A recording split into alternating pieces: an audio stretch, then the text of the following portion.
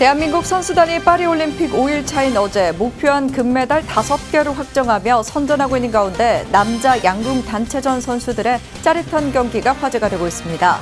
평소 명상으로 평정심을 유지해온 불자 김재덕 선수는 활 시위를 겨눈 손등과 시야에 벌이 날아든 순간에도 휴식 상태의 심박수를 유지하며 관역을 명중시켜 격찬을 받았습니다. 최근 온라인에 유네팝이라는 새로운 음악 장르가 등장해 관심을 모으고 있습니다. 듣고 또 듣고 반복해서 듣게 되는 중독성 때문에 유네팝으로 불리는 AI 불교 음악 반야심경은 불교 또 재미있는 거 하네, 기독교인데 매일 들으러 온다 등 높은 조회수와 댓글로 큰 호응을 얻고 있습니다. AI 음악을 비롯해 불교 박람회와 사찰 소개팅, 나는 절로 흥행 등 최근 불교는 젊은 세대 사이에서 힙한 문화로 통합니다.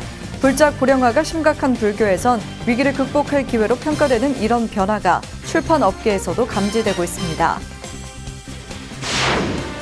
5차례 진행된 조계종 총무원장 지륜스님의 사회 리더를 위한 선명상 아카데미에 선명상 법문을 바탕으로 선명상 기획보도를 준비했습니다. 오늘은 첫 번째 순서로 명상의 기원을 살펴봅니다.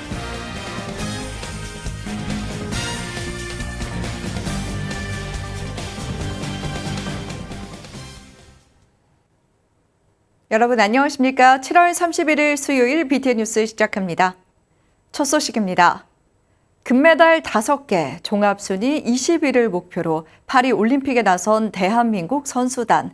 대회 5일 차인 어제까지 금메달 5개를 따내며 목표 달성에 가까워졌는데요. 특히 어제 금메달을 목에 건 남자 양궁 단체전 선수들은 짜릿한 경기로 감동을 더했습니다.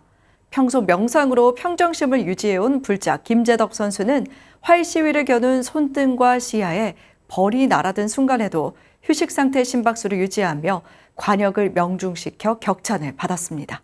배수열 기자입니다. 지난 29일 남자 양궁 리커브 단체전 중국과의 준결승 경기 중 활 시위를 잡은 김재덕 선수 손등 위로 벌 한 마리가 나타납니다. 날아다니며 조준점을 방해하고 팔에 올라앉아 신경 쓸 법도 하지만 아랑곳하지 않고 10점을 만들어냅니다. 마지막 세트, 김재덕 선수의 분당 심박수는 80bpm대로 일반 성인이 휴식을 취하는 상태에서 나타나는 평온한 심박수를 유지했습니다. 같은 세트 두 번째 순서로 출전한 중국 리중이아 선수의 분당 심박수는 이보다 높은 94bpm이었습니다. 2차 시기 10점을 맞췄지만 1차 시기에 8점을 맞추며 결승 진출 실패 요인이 됐습니다. 고도의 집중력과 심박수 조절이 필요한 양궁에 불교 수행을 하며 성장하겠다던 김재덕 선수의 다짐이 또 한 번 결실을 맺는 순간이었습니다. 너무 감사드리고 기도도 할 수 있는 거고 이제 좀 더 침착함, 차분함, 양궁에 필요한 제일 중요한 거죠.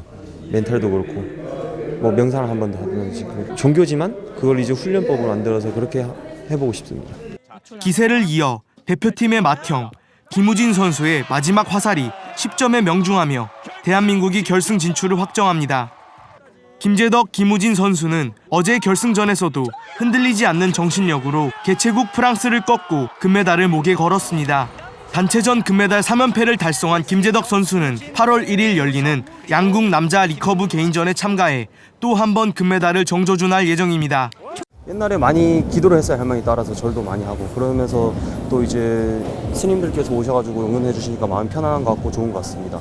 양궁 외에도 펜싱의 구본길, 송세라, 최인정 선수, 배드민턴의 김소영, 공희용 선수, 역도의 김수현 선수 등 불자 선수들의 활약에 국민적인 기대가 높아지고 있습니다. 금메달 5개 이상, 종합순위 20위 내 진입을 목표한 대한민국 대표팀은 대회 시작부터 금메달 5개를 확보하며 선전을 이어가는 중입니다. BTN 뉴스 배수열입니다.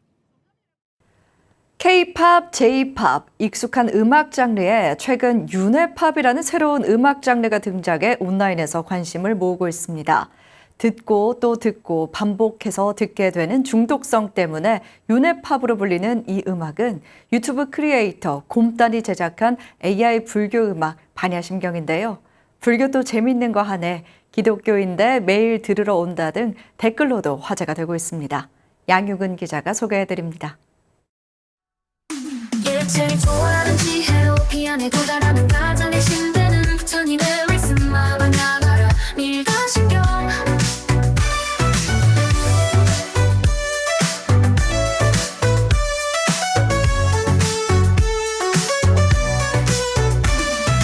원자재보살이 깊은 반야바람 일가를 행할 때 오원이공한 것을 비추어 보고 온갖 고통을 건너느니라.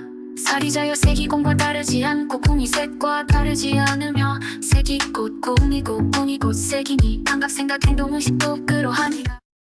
전자음악, 발라드, 동요 등 찬불가의 영역이 점차 확대되고 있는 가운데 인공지능 AI와 만나 색다른 옷을 입은 불교 음악이 최근 대중에게 큰 관심을 받고 있습니다. 공개 1개월 만에 조회수 37만 회를 돌파한 유튜브 크리에이터 곰단의 AI 불교 음악 반야심경은 종교를 초월한 인기에 더불어 듣고 또 듣게 되는 중독성을 지녔다는 의미로 윤회팝이라는 별칭을 얻기도 했습니다. 곰단의 반야심경은 자칫 어려울 수 있는 경구는 쉽게 풀어 내용 이해를 더하고 연불이라는 기존의 형식을 탈피해 현대적인 음률을 접목하며 반복해 듣고 따라 부르는 동안 어느새 경전을 외울 수 있는 효과까지 가져오고 있습니다. 반야심경이 워낙 유명하고 그러다 보니까 저도 이미 잘 알고 너무나 좋아하는 경전이었습니다. 그렇기 때문에 처음 그 콘텐츠로 만들기엔 딱이었고요. 그래서 필연적으로 반야심경을 만들게 되게 된 겁니다.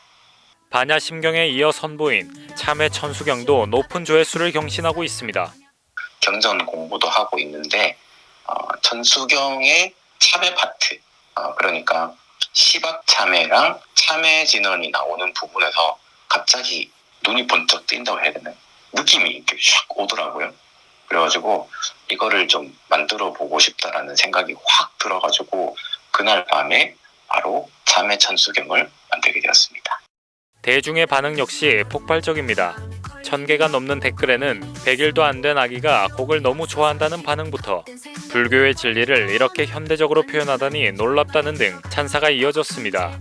불교 AI 음악의 인기는 단순한 유튜브 조회수 이상의 의미를 지닙니다. 디지털 시대의 불교의 가르침과 철학적 사유를 새로운 방식으로 전파하며 불교 문화 대중화와 젊은 세대와의 소통을 실현하고 있는 겁니다. 곰단은 불교 AI 음악을 지속적으로 제작해 더 많은 사람들이 불교의 깊이 있는 가르침을 쉽게 접할 수 있도록 노력한다는 계획입니다.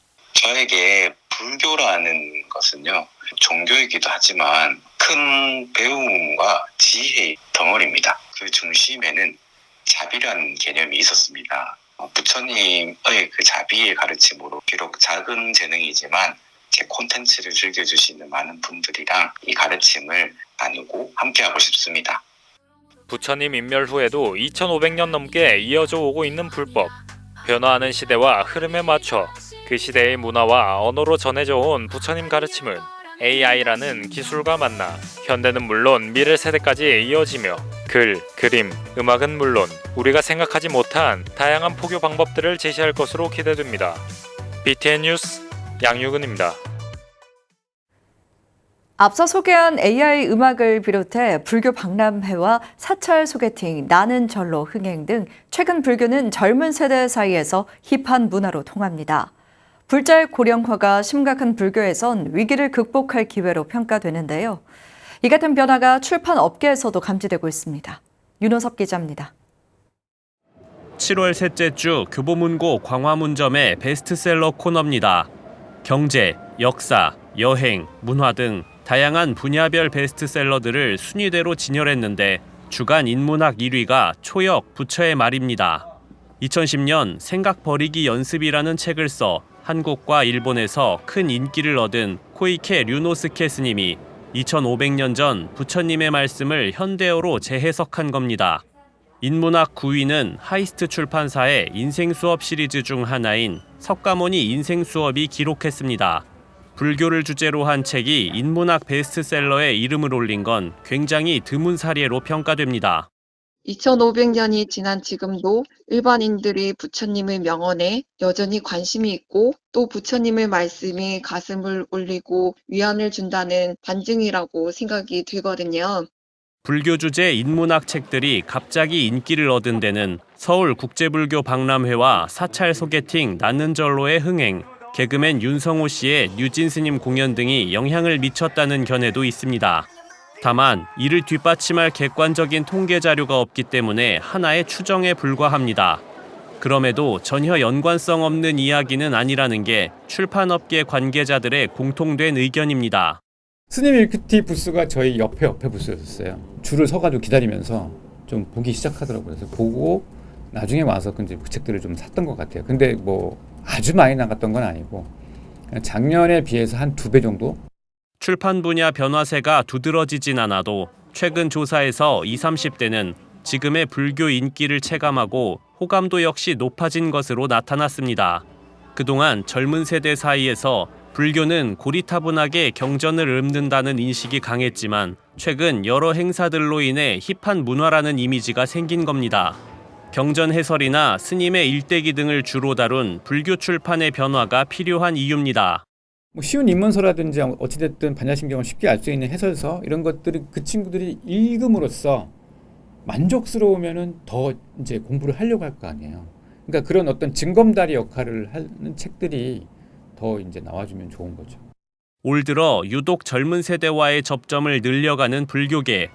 오랫동안 고난의 시기를 보낸 불교 출판 업계가 변화의 바람을 타고 위기를 극복할 수 있을지 주목됩니다. BTN 뉴스 윤호섭입니다. 조계종 총무원장 진우 스님의 사회 리더를 위한 선명상 아카데미가 5차례 진행됐는데요.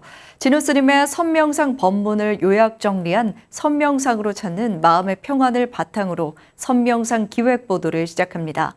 첫 번째 순서 명상의 기원 남동우 기자가 보도합니다. 명상은 불교가 탄생하기 이전부터 시작된 것으로 추정됩니다. 기원전 2000년경 인더스강 유역에 새겨진 파슈파티 인장은 고대인들이 명상을 했던 증거로 인정받고 있습니다. 점토에 새겨진 고대인의 모습이 요즘 자선하는 모습과 매우 유사하기 때문입니다. 부처님께서 출가한 다음 수행자 2명을 찾아갔던 일화에서도 그 증거를 찾을 수 있습니다.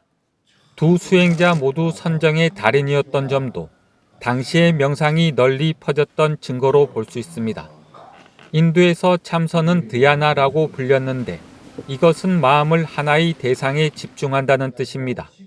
기독교라든가 다른 종파에서 나온 게 아니고 결국은 그 근원은 부처님께서 6년 동안 수행하시면서 해온 그러한 내용, 그러한 방법, 그러한 자세가 바로 명상법이다. 그게 바로 디아나다. 선이다. 현재 사용하는 명상이라는 단어는 서양의 메디테이션을 번역한 것입니다. 그 어원인 라틴어는 곰곰이 생각하다, 깊이 생각하다라는 뜻입니다. 참선의 또 다른 번역어가 사유수라는 걸 생각해보면 명상과 그 의미가 통합니다. 불교가 전래되기 이전 동양에서도 좌망이라는 명상이 있었는데 좌망은 고요히 앉아서 잡념을 버리고 무위의 경지에 이르는 것을 말합니다. 부처님께서는 출가 후 6년 동안 온갖 고행을 하셨습니다. 이러한 고행이 올바른 깨달음으로 이끄는 길이 아님을 절감하고 보리수 아래 앉아서 명상을 시작해서 위없는 바른 깨달음을 성취하셨습니다. 이처럼 부처님께서는 생로병사에서 해탈하는 길을 추구하셨고 그것이 바로 명상의 목적인 괴로움을 벗어나 행복을 누리는 이고등락인 것입니다.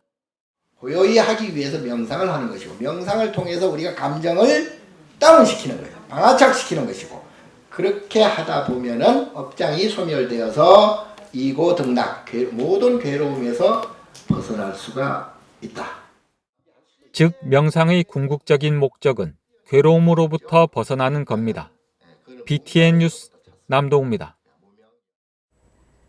육군 3사관 학교 충성 리더십 교육 입제식이 지난 29일 영천 은혜사에서 열렸습니다.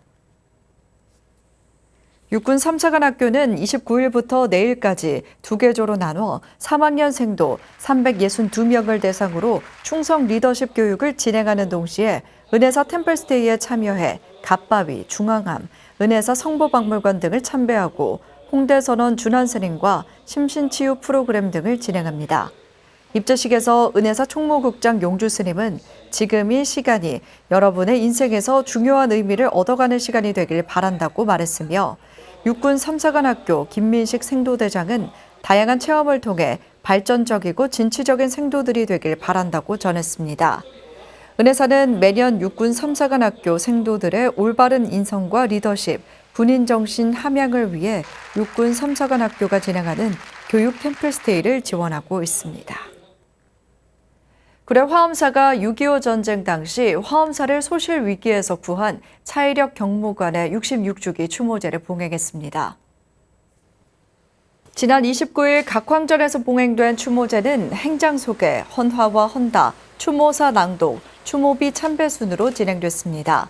추모제에는 화엄사 부주지 우석스님, 향일암 주지 연규스님, 전남지방경찰청 박정보 청장, 구례 장길선 의장 등 100여 사부대중이 함께 의미를 더했습니다.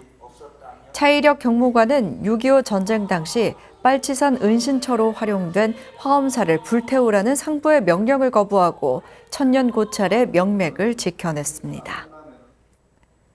만해 한용운 선사의 문학적 업적을 기리고 실천하는 설악 만해사상 실천선양회가 제22회 유심상의 수상자를 발표했습니다. 시 부문의 신철규 시인, 시조 부문의 김보람 시인, 소설 부문의 최은미 소설가, 평론 부문의 조현정 평론가 총 4명을 선정했습니다. 시상식은 8월 10일 오후 6시 30분 동국대 만해마을에서 진행되며 시상식에 앞서 수상자 및 심사위원이 참여하는 제22회 유심상 수상자 간담회도 진행됩니다.